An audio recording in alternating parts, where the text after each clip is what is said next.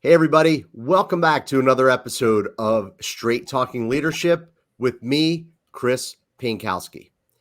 My special guest today is Lisa Thimmesch, and I'm going to read a quick intro for her before we get into our leadership topics. So, Lisa has been in the leadership position for more than 20 years. Her roles have taken place in both quality and manufacturing environments and has consisted of teams ranging from 10 to 200 people. Lisa is an ICF certified coach specializing in leadership. Her leadership coaching business is called Lasting Coach. While Lisa coaches people at all levels, she has a passion for new leaders who are trying to find their way and looking for ways to grow personally and professionally as a leader. Lisa, welcome to the show. Thanks for having me, Chris. Excited to be here. Thank you. I'm excited for it too. It's going to be a great conversation. Yes. So, one of the things that I do before we get into the meat of the topic is a little warm up that I call the Mad Minute. Okay. And the Mad Minute is just a couple questions to get us warmed up, stimulate that gray matter. They have absolutely nothing to do with leadership. Are you ready for the Mad Minute? Bring it on. Let's try it. All right. If you had the ability to have one superpower, what would it be? Well, I already have one because I'm left-handed. So, all right. Right? That's my superpower.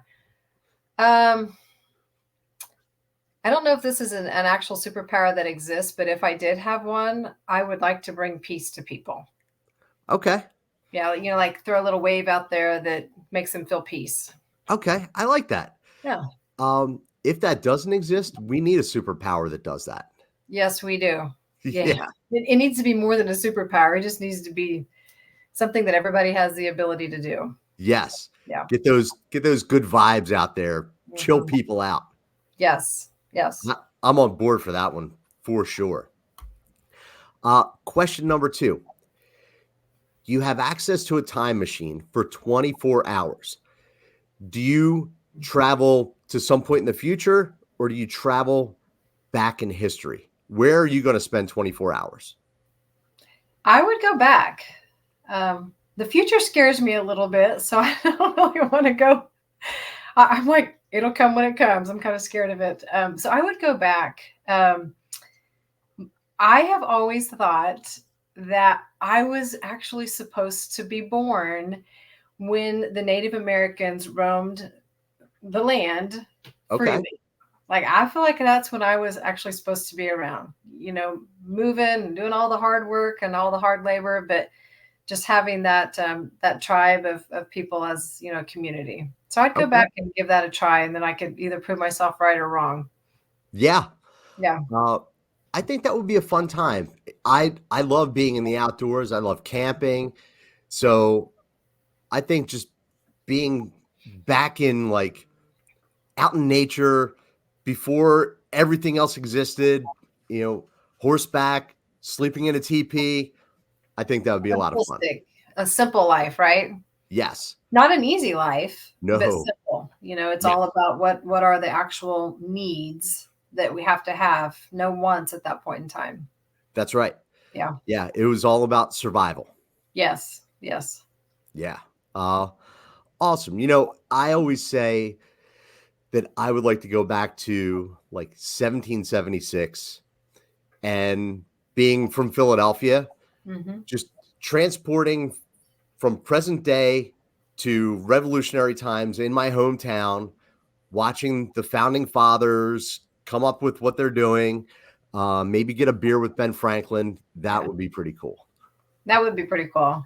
Yeah. And I think what an insight that would give you as well on really what their intention was for our country. Absolutely. Yeah. That'd be cool. Yeah. I can only imagine those conversations. Yeah, for sure. Awesome. Well, thanks for playing along with the Mad Minute, Lisa. And now let's talk about leadership. Let's kick it off with, tell me about your first leadership experience and how did that go? Yeah. When I think about my first leadership experience, obviously I think anybody that participated in sports or were part of teams, in their growing up years, there was some leadership going on there. But when I truly feel like I was a leader, that would be when I became a supervisor. The first time I was maybe out of college 2 to 3 years. I became a supervisor of one of our laboratories, and kind of a unique piece of that particular supervisory role for me was the people I was supervising were the same people that trained me when I was a young kid in college and coming out of college. So we did a little bit of a role reversal by me taking that particular job. So that's a really unique dynamic Mhm. because you're coming from, I'm young, I'm in college, I'm just out of college, and these folks that were training you, who were mentoring you, you're now leading them. Mhm. How did that what about that dynamic changed once you went from the student to the teacher, for lack of a better word? I think I was extremely fortunate because I can still to this day remember some of the thoughts that went through my head during that time and during that transitional point. And some of those thoughts were, this title doesn't mean anything, really. I mean, Mhm, this title doesn't change who I am. This title doesn't change the amount of knowledge that these people have given me. Um, and just because I have this title doesn't mean that I'm automatically going to be respected. So I was very thoughtful about what that meant for me. And that is one of the things that I try to mentor young supervisors about is appreciating your team. They're the mhm. subject matter experts. Your role is not to know everything. Your role is to be there for them. What kind of support do they need? How can you remove boundaries? How can you provide a better working environment for them? Not to be in their space, understanding the job that they're doing. So even though I did know the job, I didn't know the supervisory job. Obviously, I did know the job. I think I was fortunate enough where I had a good enough relationship with those individuals, and they respected me as an employee, that they gave me a little bit of grace to Mhm. kind of work myself through, what that actual supervisory role looked like.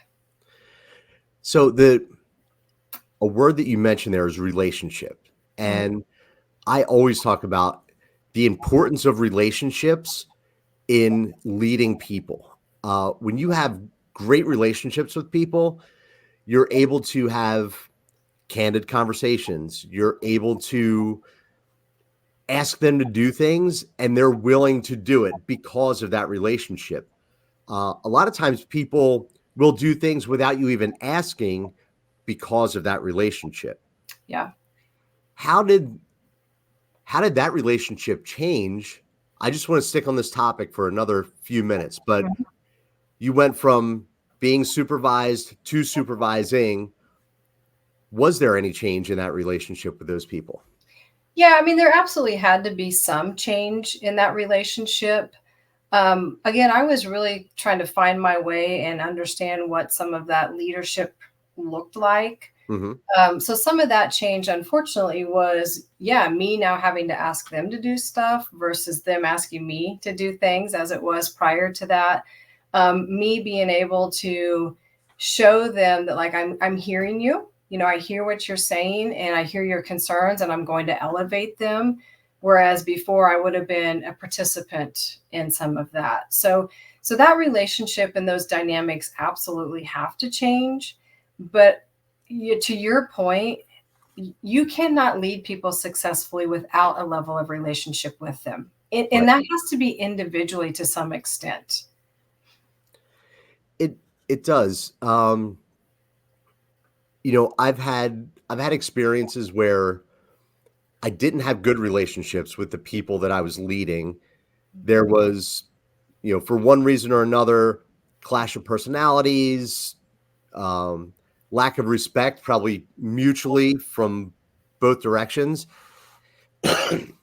Excuse me. And I know that I could have gotten better outcomes if I had worked harder on those relationships. But being young and being an idiot at the time and being bullheaded, I was just like, okay, it is what it is. Uh, But, as I've grown, I realized just how important that is. Yeah. Because there's so much that goes along with it, right? It's trust, it's accountability, it's you name it, it all plays back into relationships. Yeah. Yeah. The coach in me is dying to ask you. So, like, what did you learn from that experience, or what would you have done differently if you had the opportunity to redo that? Right. Yeah. Yeah. So I'm thinking of one case in particular where uh, I was brought in to lead a turnaround, and the person that it was a messy transition. So the person that had been running this organization was effectively demoted, and I was brought in fresh face, like I'd never met this person a day in my life prior, and I get brought right into the organization above this person who was probably 10 years older than me. Um, I was I had just turned 40 at the time, Mhm. and he I kind of looked at it and said, the reason that there is a turnaround required is because of you, because it all falls on the leader, good, bad, or indifferent. If there's a problem, it's the leader's problem. So therefore, this is your problem, and I'm here to fix your problem. So I kind of came in with maybe a little bit of a swollen ego that Yeah. I was asked to come in and fix what this dude had broken.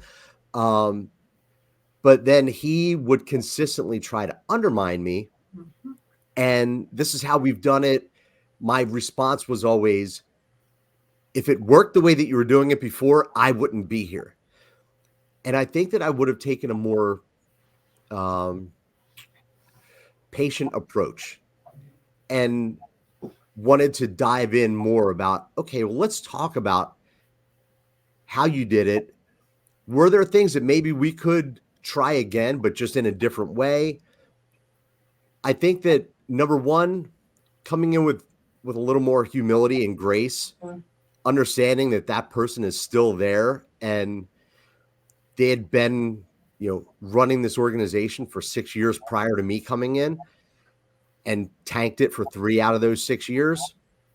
There were probably some bruised egos on his part, and me coming in like a bull in a china shop absolutely didn't help it.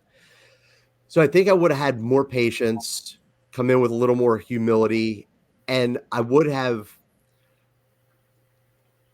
played some Jedi mind tricks. Yeah. We're coming up on International Star Wars Day on May 4th, so I'm going to use the Jedi mind trick word here. Um, so I would have kind of tried to win him over with kindness, as opposed to just always wanting to go to battle.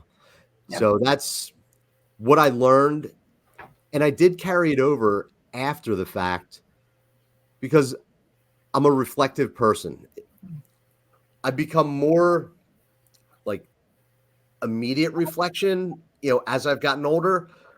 But back then it would be like, all right, 6 months after the fact, what did I learn 6 months ago and how do I apply it? So I've definitely used that approach going forward of let's meet the resistance with kindness, not weakness, but kindness. And let's figure out how we can work together.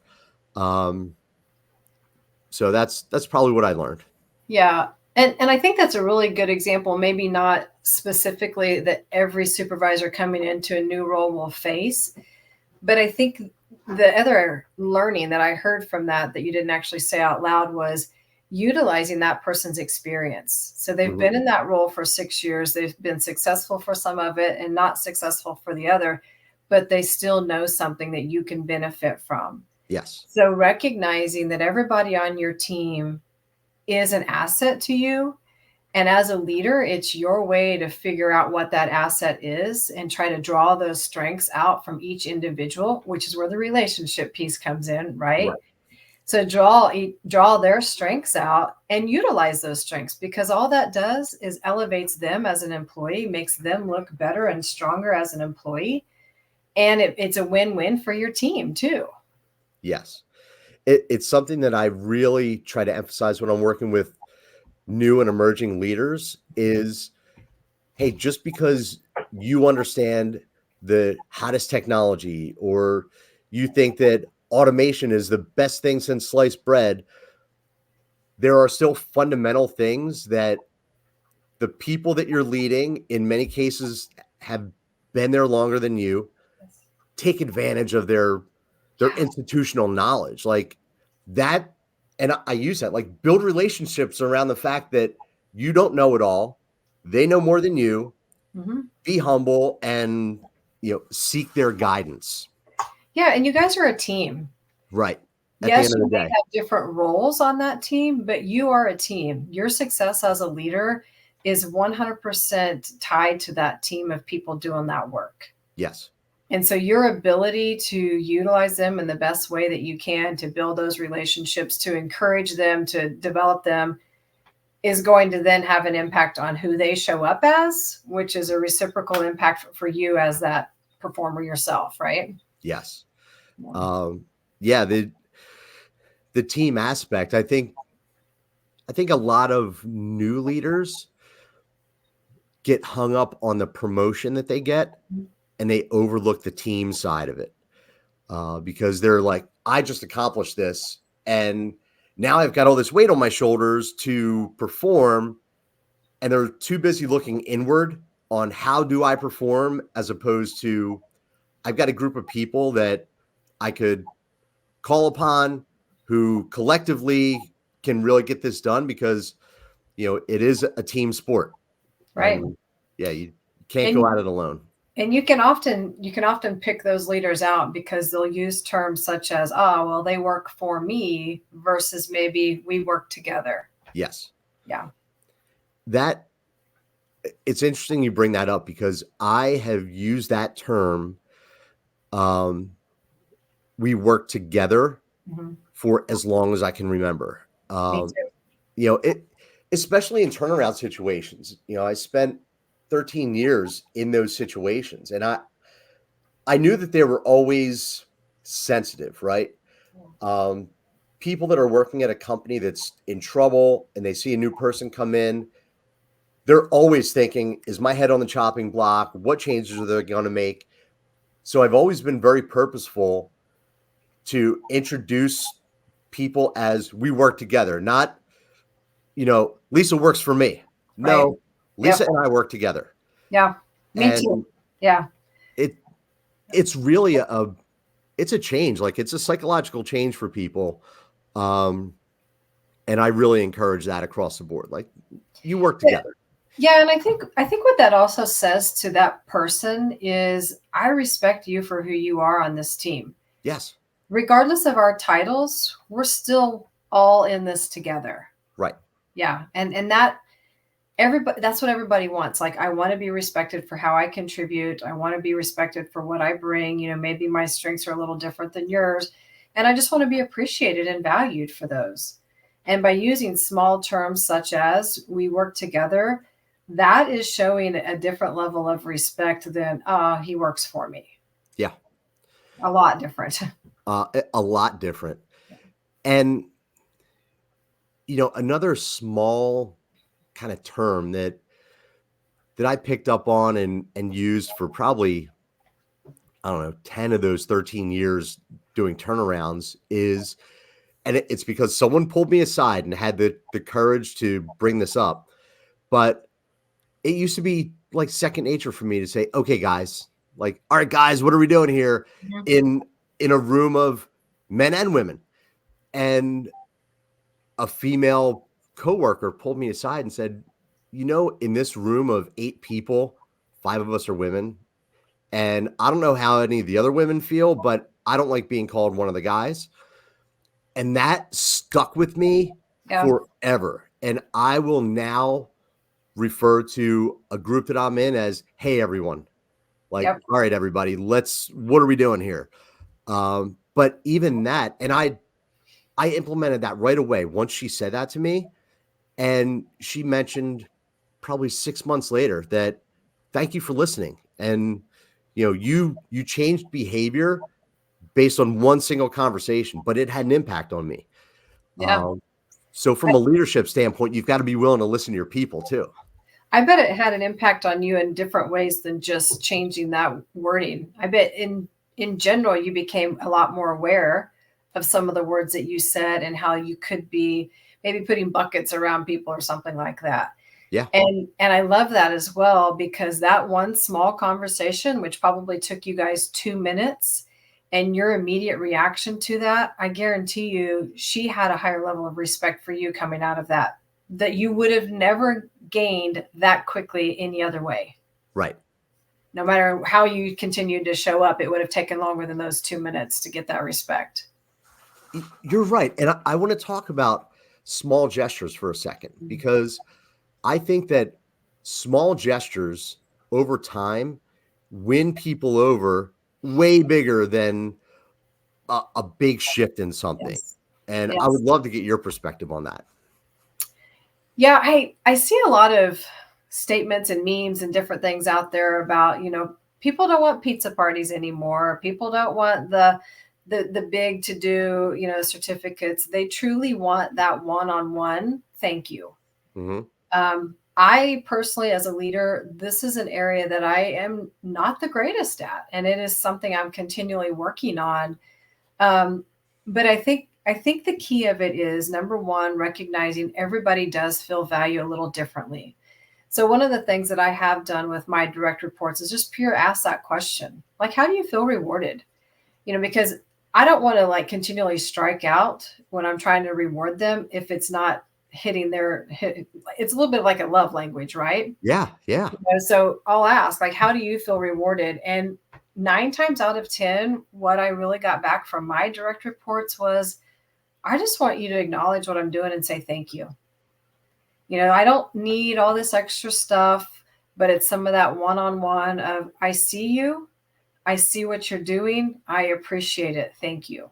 Yeah. Now that being said, I have occasionally I will send out handwritten notes to people, and I'll try to send those out to people maybe that aren't my direct reports, but within my organization. I feel like that personalized approach means a little bit more, because for me, it does too. Like, versus a quick email, I think somebody taking the time to handwrite something out and just saying, "Hey, I appreciate what you did on that project," or "I appreciate, the extra time you put in." I think those go a long ways, for any kind of employee. And I think well, you know what? Let's not even talk about it from an employee standpoint. Any humans, any Hmm. relationship you have with a human, all of those small gestures make a difference. They matter, They do. because it demonstrates that you stopped and you took a moment to appreciate that person for who they are and how they contribute. Yeah. And everyone's different. Yeah. The way that they want to be recognized. I've had people, and I haven't asked it directly like that, like you do, but I've always made it a point to get to know the people that are working with me, and, spouses' names, kids' Mhm. names. And, when we were in offices, back in the day, um, having those, just kind of walking around on a Monday morning. What was your weekend? Hey, how was that wrestling tournament? Right. So just making those personal connections, but you would get to know people, and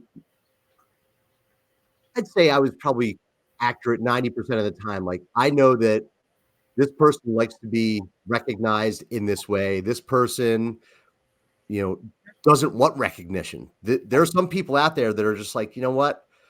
I know I do a good job. Thanks for telling me, but I Right. don't want the spotlight. And okay, I'm still going to tell you as a leader, Mhm. but I'm not going to go overboard. I'm not going to do whatever. But yeah, it's back to relationships, right? Yeah. Relationships, caring. I talk about these principles of high impact leadership. There are 5 principles. The fourth is conviction and caring. So the conviction side is you as a leader knowing who you are, what your values are, what your standards are, and then holding others to certain standards for performance, but then caring about your people, Mhm. knowing what makes them tick, knowing knowing how to spot on that Monday morning that the person that's usually joking around, while they're getting coffee is kind of quiet and taking a few minutes to say, hey, what's going on? And those are the small gestures too, that when you can pick up on people's body language, their demeanor, and show that you truly care about them, those people will run through brick walls for you. Yeah, and the other thing that happens in that type of situation is you're demonstrating to them that you're also just a human as well. Yeah. I don't know how many times you've had this experience, but I've definitely had it more times than not where people assume that I know everything that's going on with them and their work. And so then, of course, they'll be upset because I didn't react the way they thought I should react. When the reality is, there's no way for me to understand what everybody's doing, how their working relationships are, how their experience is, unless they come and share with me. Right. So by doing those one-on-one conversations and having those little touch points, it demonstrates that you're not perfect. You're just another human trying to do the best job that they can. And so it opens up a little bit more of them being okay, appreciating who you are, and maybe being okay bringing things up to you that they probably wouldn't have beforehand. That's right. I was walking around the other day doing what we call a safety gemba. And part of it was literally stopping at each person's working station and just being like, how are you? How is everything? Are you comfortable where you're at? Is there anything I can do for you? And it was 2 to 3 minutes per person, but it gave me a connection with those people that I hadn't had for a while, because passing them in the hall isn't going to give me that. Right. And I hope very much that they felt that I cared, back to that point. Like when I left their office area, their cube, that they truly felt that I genuinely was caring about them, and that I want to make sure that they don't have any safety concerns in their working, environment. Because I do. I mean, that is who we are as humans, right? Right. We do care. Yeah. And it is important to, if you think about, we've all heard stories of so-and-so met a celebrity, and you either hear that person was down to earth and they had a conversation with me, or they were nice, shook my hand and moved on, or they totally blew me off. Mm-hmm. Or they're kind of a jerk. Yeah. Yeah. Yeah. But the ones that, when you hear from someone that that person was down to earth, you almost automatically like that celebrity even more. Mm-hmm. And you've never met that person, but just knowing, like, yeah, Jason Kelce, you and I have talked about the Kelce brothers before. Yeah. And big shout out for the podcast. Yeah. He's demonstrated that he's not from Philadelphia, but he loves Philadelphia, and he does things in the community. And I have not spoken to a single person who has met him who has said, like, that dude is a jerk. They're like, this dude cracked a beer with me and we were just joking and having a good time. Yeah. I like where I think maybe you're going with this. We are the same as leaders, right? Do not forget where you came from. Right. So when you meet that famous person and they're down to earth, they're just another person who has had a different level of success, because of some work that they've put in. They have not forgotten where they came from. They've not forgotten, maybe some of the tough times that they've had to face to get where they are. And that's what we as leaders have to do as well. Like, don't forget, like I do not forget. I literally started washing dishes. I might hold a different title today, but that's where I started, and I worked my way up. But I never want to forget where I came from, because that gives me such an appreciation for every role that everybody is doing for all of us to be successful together. You're right. It's the way that we show up, right? And it's the way that we kind of lead by example. My kids, they don't ask me anymore because they've gotten used to it. But anytime we go out to eat and the server comes over, and they always introduce themselves, hey, I'm Chris, I'm going to be taking care of you today. Right. Whenever that person comes back or we need something, I'm referring to them by name. Hey, Chris, could we get some more water here? Whatever. And my kids, when they were younger, would say, like, how do you know that guy's name? Well, he introduced himself, so you got to be paying attention. And why are you calling him by his name? Well, you have a name too, right? Don't you like to be called by your name? And do you notice how quickly he brought us over the dessert menu or whatever? And, once upon a time, I was in his shoes and I know what it's like for someone to just like wave their hand versus, Mhm. hey, Chris, you're getting a different level of service. And yeah, you don't forget where you came from. That's the bottom line. Right.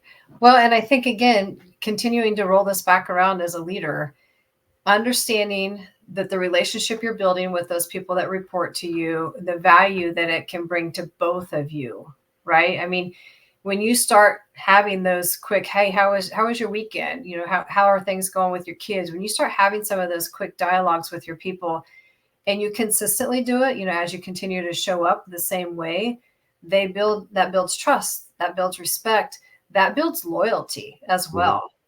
And nothing is more rewarding as a leader than to be respected and trusted and have loyalty from your team. That is the greatest, reward that we personally can have as leaders, is to have people that want to be there on our team and that want to work with us. And I think being consistent in who you show up as is a huge part of that. I think we've all probably seen those leaders or worked with those leaders that you're like, oh, who am I getting today? Yep. And it makes you kind of hold back. You don't want to be as vulnerable with them. So just being your consistent and open and yourself day to day is really going to go a long ways with the people that you work with. Yeah. Just be yourself. I mean, that's Genuinely yourself, right? yeah, genuinely yourself. If you're an asshole, be consistent about it. You'll lose people, but at Yeah, least they know what they're expecting. 100%, because that's all we want. Like, that's a data point, Yes, of like, okay, every time I show up to this guy, he's always going to be an asshole. So at least I'm prepared for that. that's right. But if the last time he was nice, this time he's not, now I'm not prepared. That's right. That's a data point for us and how we can approach you. And it goes both ways too, right? Even for the people that report to us, if they're consistent in how they are, then I always kind of know, maybe I need to approach them a little differently. Maybe I need to ask them the question a little differently than I would somebody else. Yep, absolutely. What would you say what's your favorite part about leading people?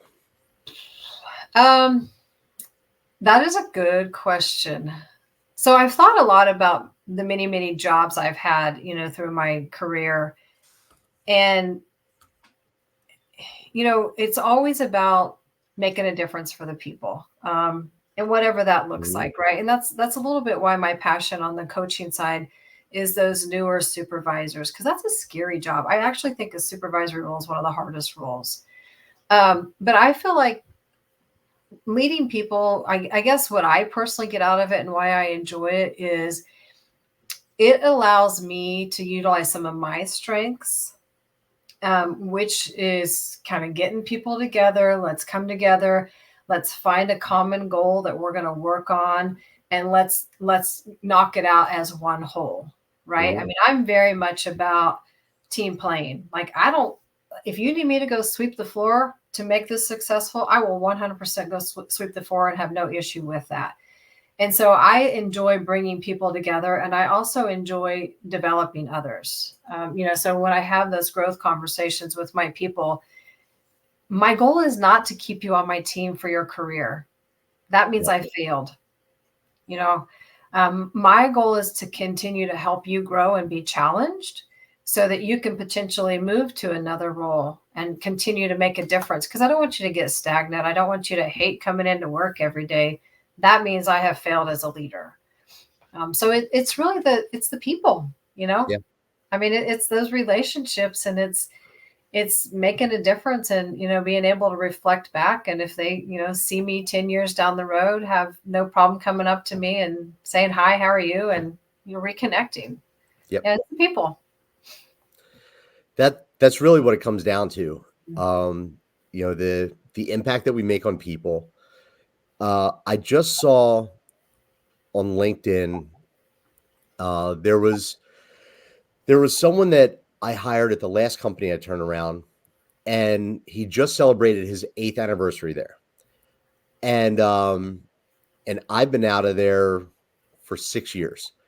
So this particular person had no experience in the industry, had no experience even in an office environment, other than like he did some like call center sales.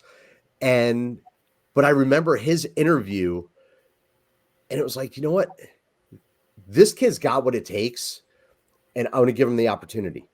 So when I saw that that update on LinkedIn that he's celebrating his 8th anniversary, I congratulated him, and I said, I can't believe it's been 8 years. I remember your interview like it was last week. And he wrote back and said, I remember it like it was last week too. And Yeah. you know, he has stayed in touch with me over, it's not often, but he'll text me once in a while like, hey, I got a promotion, and hey, my second baby's on the way. He wasn't even married when he got hired in this job, but Yeah. having an impact on people and seeing this person's got what it takes to give them an opportunity. You never know what those opportunities are going to lead to, but when they're successful, you've just changed someone's entire life. Right. By the way that you've recognized something, gave an opportunity, coached them, mentored them, and provided guidance. You believed in them. Yeah. Exactly. Yeah. And it's interesting. And I love that story. It reminds me of a few other times where people worked for me. They maybe worked for me like a year. And it wasn't even the type of relationship where I saw them every day, just because of what their role was and what my role was. And 10 years have passed, and they were introducing somebody else to me. And they said, the best manager I've ever worked with. And I'm like, you just don't know the impact that you're going to have on somebody in any type of interaction. I mean, it can be, again, that 1-minute interaction that can have a lasting impact on them and how they feel about you. And, in this case, how they feel about themselves because you believed in them. right. And that's the power of leadership. Yes. And it can be good or bad. Right. That's the thing. Like, you also have the power to make life hell for people. You do. And I hope that's not your goal ever. That's right. So sad. Yeah. If that's your goal as a leader, you need to find another job. That is not what it's about. If your goal as a leader is to have a certain title, maybe have a certain number of people reporting to you, you're in it for the wrong reason. Absolutely. Yeah. Speaking about the wrong reasons, one of the things that I always like to ask about is a leadership failure. And what did you learn from it? Only one? We could start with one. Yeah, I know, right? I have one that definitely always sticks out for me. And, it's one of those, if I had an opportunity to redo it, I would 100% do it differently. But I had some people on my team that were really clashing with each other, just not getting along, some real personality conflicts. And I was very new in the leadership role at this time. And I did not take the time to talk to each of them individually, to hear each of their stories individually, and kind of give myself that information and knowledge of the bigger picture of what was going on. I instead brought them together a little blind and brought them in the office together. And I was like, what is happening? I'm a little bit, I'm like that a little bit, like, I'm just kind of like out there, let's do it. And it did not go well, shockingly enough. So that was it. And honestly, the reason I say that's a failure is because one of the people did tell me afterwards, I did not appreciate being caught off guard like that. Okay. So that was part of the failure, right? Was that they didn't know what they were walking into either. And I think the bigger message here that I learned from that was, if roles had been reversed, I would have felt the same way. Yes. So I think that's that if that were your takeaway, the takeaway would be not stopping and thinking what it would be like how I would feel if roles were reversed. So when I'm coming up on some of these difficult decisions that I have to make and how do I want to handle them, stopping and thinking about what would I want it to be like if I were in their position. And as a learning from that, man, has that worked well for me since then, right? It's so when I think about it from kind of a foundational level, a lot of things that we learned as kids Mhm. apply to leadership, right? Like, how many times did your mom say, "Hey, think about like, would you want to be treated that way?" Right? Yeah. No, I wouldn't. I wouldn't want to be pushed down on the playground or whatever. But it it really comes back to like basic manners. Treat people the way that you want to be treated. Um, have respect for others. But these are all things that we should have learned as kids. Right. Right. The golden rule, right? That's right. And I think the other key of it is, remember why you're there. Yeah. Yeah. And we all have our different whys, and we can have multiple whys as part of that, but it's for the people, and some of those people might be your family. If you're there, to earn money for your family, you still want to be able to say, I did the best job I could do for your own self-respect. Right. And so that's where that leadership piece comes in, remembering that why you're there. I love that because I think people can get blinded sometimes and they get bought into, they drink the Kool-Aid of the company and the company's why becomes their why. And then a few years down the road, they're jaded or, it's really important to keep in mind why you're doing something, right? What's the motivation for you? Mhm. And as a leader, understanding what's the motivation for the people that are on your team. Because, yeah, we're in this together to reach these shared goals. But like you said, everyone's got a different reason for Right. wanting to be part of this team. So uncovering the why, knowing it for yourself, but knowing it for everyone else seems like a common theme that we're talking about here is relationships and getting Mhm. to know people and caring about people. But it's all so foundational to leadership. Yeah. And here's the reality: we all have pressures, Yeah. and we all have bosses as well. Right. And there's certain expectations of us. When I was working in the manufacturing area as a manufacturing manager, my philosophy was, if we as a team focused on safety and quality, everything else would fall into place. All of our financials, all of our schedule adherence, all of that would fall into place. And so that was my areas of focus, is like, let's work on right first time. Let's work on making sure our people are safe, each other is safe. And so really what you're doing there is you're also creating, you're removing some chaos, Mm-hmm. right? You're removing everybody thinking and going in all different directions. You're simplifying the focus.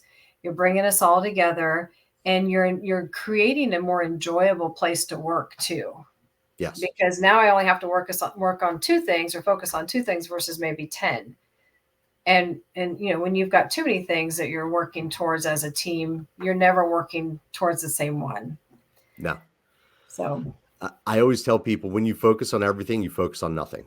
right, absolutely. So Yeah, you become good at nothing at that point as well. that's right. Yeah. So let's dial it in and let's be, vigilant in what we're focusing on and diligent. That's the word I was looking for, diligent. Yes, yes. But yeah, it's it's there's so many lenses that you can see leadership through. Can you let's talk about your evolution of as a leader over the past 10 years. What would you say are the one or two biggest changes that you've noticed about yourself over the past decade of leading people? Um, I would say it's actually happened within the last 3 years. My level of self awareness has increased so much, and a lot of it is really attributed to also becoming, a coach and having a lot of that training as well. But by becoming more self-aware, it has changed every one of my relationships only for the better, Mm-hmm. personally and professionally. It has allowed me to be way more introspective about anything I'm going into. Stopping, you talked about how you're way more, you do a lot more self-reflection a lot quicker. Yeah, absolutely, feeling that a lot more, and then I can learn from that so much quicker as well. So the other thing that's kind of happened with that is, again, it's allowed me to focus on what matters for my team. Yes. We have spent more time really working on our goals and hitting those metrics than the day-to-day noise. Like beforehand, that day-to-day noise would just overwhelm us, and now we're so much more cohesive as one full unit, and we're able to really focus on the goals, which is going to benefit every one of us. So I'm not saying that the self-awareness is a direct correlation to that. I just think it's heightened my leadership. Um, and it's definitely like I get more out of it. Yeah. As a person, it fills my cup more to be a leader by having that self-awareness and just really really being thoughtful about those relationships and those interactions with my people. Yeah, it's so important. For a really long time, I kind of dismissed the entire like notion of emotional intelligence. Mm. I thought it was like touchy feely, and I'm not touchy feely. But as I started reading about it and seeing it, seeing how it impacts you from a leadership standpoint and how it impacts your team, having that emotional intelligence and that reflection, I've really leaned into it. And I don't know. I guess you could still argue whether or not it's touchy feely. I just put a different cloak on it Yeah. and say it's just a different tool in my toolbox. But yeah, that's something that people can develop, right? It's different from your IQ, right? We're generally born with the IQ that we have. It doesn't move. It's within points it'll move throughout your life, but your emotional intelligence is something that the teach an old dog new tricks. It definitely applies to. Like it doesn't matter how old you are, where you are in your career. If you want to focus on that emotional intelligence and being more in tune, that is a learned skill that I highly encourage instead of being a Neanderthal like I used to be. Yeah, I would completely agree with you. And I don't feel like it's a touchy feely either, because I'm not a touchy feely person myself, but sometimes I correlate it to a level of professional maturity. Hmm. You can see people that have a high level of emotional intelligence, and you often think, oh, they've got professional maturity, how they've handled themselves in the facing adversity, as well as rewards and good things that have happened to them, right? Yes. But emotional intelligence is exactly what you're saying there. It's what's your intuition telling you, that self-awareness that you've had. How are you learning from that? Hmm. How are you continually growing? No matter how old we are, how long we've been doing a role, we've always got something to learn. And that is also one of my kind of like rules as a leader, is my people have something to teach me.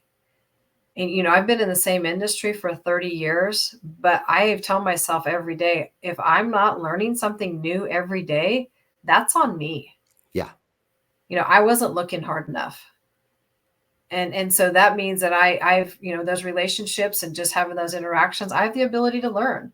We all have the ability to learn, and we all have the ability to teach in every interaction we're in. And that's part of that emotional intelligence, in my opinion, too.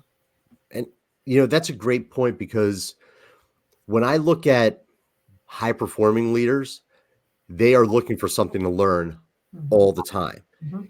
And then when I come across those people that have kind of peaked, it's because they've stopped learning. Yeah. And yeah, you have to learn something new every day. You got to I always talk about, hey, 1% better today than I was yesterday. Yep. And that has a cumulative effect. And over time, you're just going to keep leveling up. Yeah. I mean, if you have 365 days in a year, Right. 1% better every day, that's pretty good, right? It is. So, how close do you feel that being a humble leader and being a leader that is continually looking to learn correlate to each other? Oh, I think that they're really closely Mhm. aligned, because when you have humility as a leader, you're recognizing that you don't know everything. Right. And so therefore you're seeking that knowledge. And it's the total opposite. The people who believe that they know everything and their ego leads the way, now they don't think they have to learn anything else. So I think humility and wanting to learn go hand in hand. Yeah. And I think, again, as leaders, when we are humble and we show that humility to our people, that builds respect. They're going to respect you more as that person and who you are in that role. Yeah. And I had read something else. I think it was also on LinkedIn that was like the number one behavior that people looked for in a good leader was humility. okay, So, I can totally see that. yeah, me too. And there's a balance, right? Because humble is, sometimes I'm going to defer to you. I'm going to, you know, recognize that I don't know everything. But then people also want a leader who's decisive. For sure. So you always have to walk that balance of, okay, I want feedback, I want input, I want this. But then at the end of the day, when a decision has to be made, that's when sometimes your humility has to go out the window and say, I've gathered all the information. This is the direction that we're going. And some people fail at that. They go too far into the humility side and they want group buy-in for everything. And when you've got 10 competing ideas, you're not going to get the same answer. And then you've got people who are like, I know the way to go. Thanks, but no thanks for your feedback. Follow me. And 3 out of those 10 people are following you, and the other 7 are complaining behind your back. Yeah. Yeah, for sure. Yeah. Yeah, I think being humble is, I think it's just an awesome strength that people have. I think the other thing it typically does is no team wants their leader taking credit for the success of the team. No. And so when you're humble, you're also very good about giving that recognition where recognition is due. I mean, Yeah. I know nothing I've ever done as a leader, I would be deemed successful without my team. Right. Hands down, 100% every time. That's right. It's, we as leaders should be giving the credit to the people that are getting that stuff done. And then on the other side of that coin, any mistakes that are made by those people, we have to take accountability for. Like, Yep. we have to own it, Yep. because that was a failure of our leadership for not preparing them or not giving them the right resources, tools, whatever. Yep. So it's always share the reward and take it on the chin when things go wrong. Exactly. Yeah. Yeah. And that's also what people they want from their leader. They Right. want to know that when times get tough, you've got their back. That's right. Yeah. Absolutely. So Lisa, I know we've been going for a little while now, and I want to wrap up with one final question. Okay. What is your leadership philosophy? Again, I only get one. I don't know. I think honestly, we've talked a lot about it. First of all, I would never ask anybody on my team to do something I'm not willing to do. Mm-hmm. Just, if I'm asking you to work late, I'm going to be here with you. Or, if I can't, I'm going to do it next time. Um, I'm going to give you more than one. I'm just going to give you what I would say, like, or some of the things that I feel like kind of keep me humble as a leader. Number one, don't ask my people to do something I'm not willing to do. Absolutely do not forget where I came from. Mm-hmm. Um, Understanding what my role is. I'm not there to come in and be all like, you must do this and be that dictator. I'm there to make decisions when needed, help guide, help develop, give them tools and those resources. They're the experts on the job, and I want to respect them of that. And I think too, just if I have the ability to make their working experience better, it's on me to make that happen and find ways to do that for them. Yeah. I really want people to, I don't say that you have to get out of bed and be so excited to come to work, but I don't want you to be miserable coming to work either. Right. Because I'm also that leader where my philosophy, and my people have heard me say this multiple times, you do not you do not live to work, you work to live. Right. And I want my people to go out there and live their life. I So, love that. And I think that's an awesome place to wrap up. yay. You work to live, you don't live to work. Exactly. Any parting thoughts, questions for me, anything like that before we wrap it up for today? I don't think so. I've enjoyed this.